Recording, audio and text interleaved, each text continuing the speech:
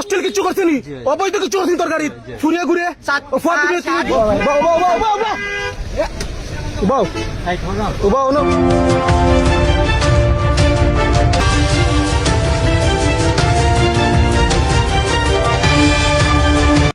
দিন দুপুরে প্রাইভেট কারে তরুণ তরুণীর অসামাজিক কার্যকলাপ, নৈতিক অবক্ষয়ের চরম সীমায় সমাজ।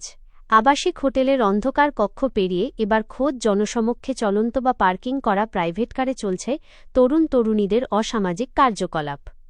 সম্প্রতি প্রকাশ্য দিবালোকে জনবহুল এলাকায় গাড়ির ভেতর এমন আপত্তিকর ঘটনার প্রবণতা আশঙ্কাজনকভাবে বৃদ্ধি পেয়েছে, যা সাধারণ মানুষের মধ্যে তীব্র ক্ষোভ ও উদ্বেগের সৃষ্টি করেছে।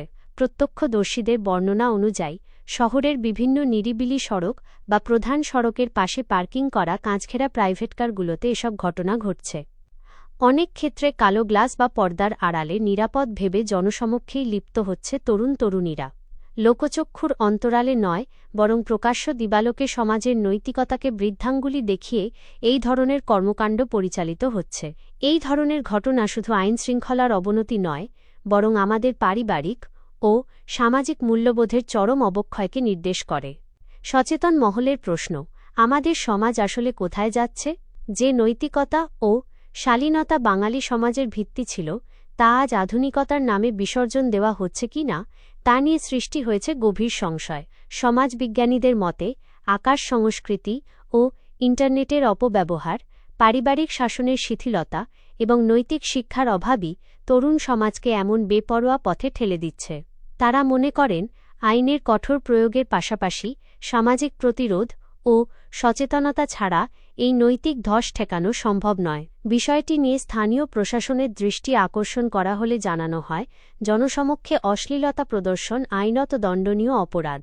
পাবলিক প্লেসে বা যানের ভেতরে এমন কর্মকাণ্ড রুখতে টহল জোরদার এবং ভ্রাম্যমাণ আদালতের মাধ্যমে কঠোর ব্যবস্থা নেওয়া হবে।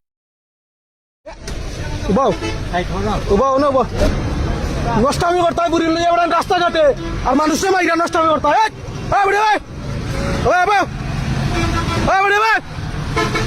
কইছি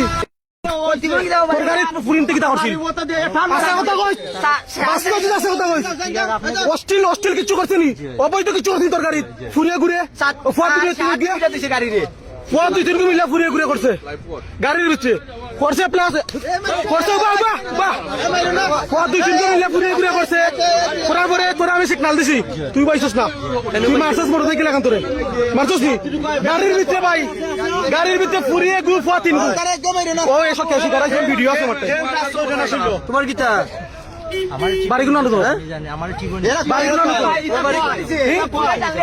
পশ্চিম সাপুর